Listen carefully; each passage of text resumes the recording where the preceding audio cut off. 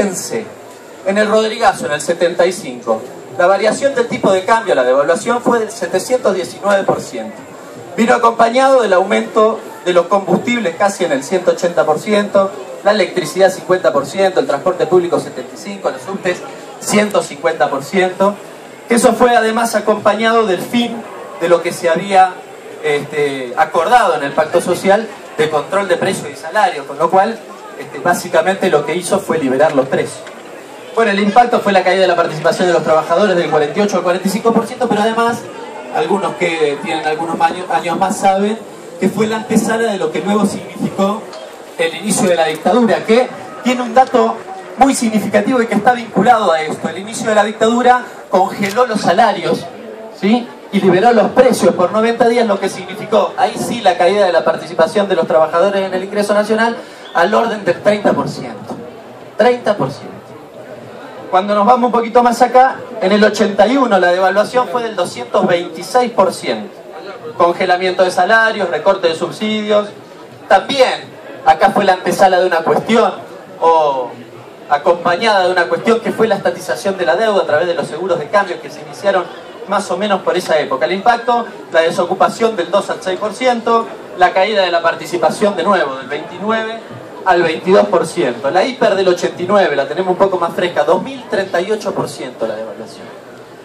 De nuevo, la ley de emergencia económica con recorte y suspensión de los subsidios por 180 días, pero además la ley de reforma del Estado, que ustedes recordarán que fue además el inicio de las privatizaciones en la Argentina.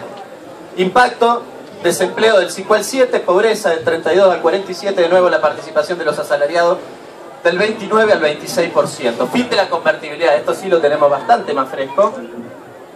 Bueno, arranca en realidad con la ley de déficit cero, 1.500 millones que tenemos de recortar, el 13%, eso lo recordamos bien, pero además la devaluación, 214%, vino acompañado de una cosa que hace no mucho elogió uno que se dice de defensor de los trabajadores, que es Moyano, que fue la especificación asimétrica. Él dijo, en realidad, bueno, en ese momento no empezó, digamos, la mejora en el bolsillo de los trabajadores no empezó con Néstor, empezó con el fin de la convertibilidad. El fin de la convertibilidad es la especificación asimétrica.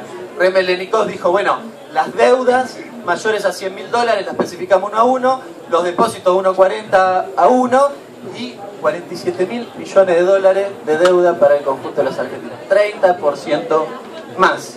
¿Qué significó además? 10% menos de participación de los trabajadores en el ingreso nacional, 30% de la caída del salario real, pobreza del 54%, indigencia del 30%, bueno, cosas que ya más o menos sabemos. ¿Qué pasó en enero de este año, finalmente? Bueno, primero en magnitud, la variación del tipo de cambio en enero fue del orden solo del 25%.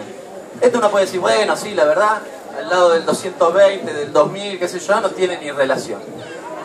Pero es muy significativo por una cuestión, porque en realidad la transferencia de ingresos se produce en la medida que hay una brusca devaluación.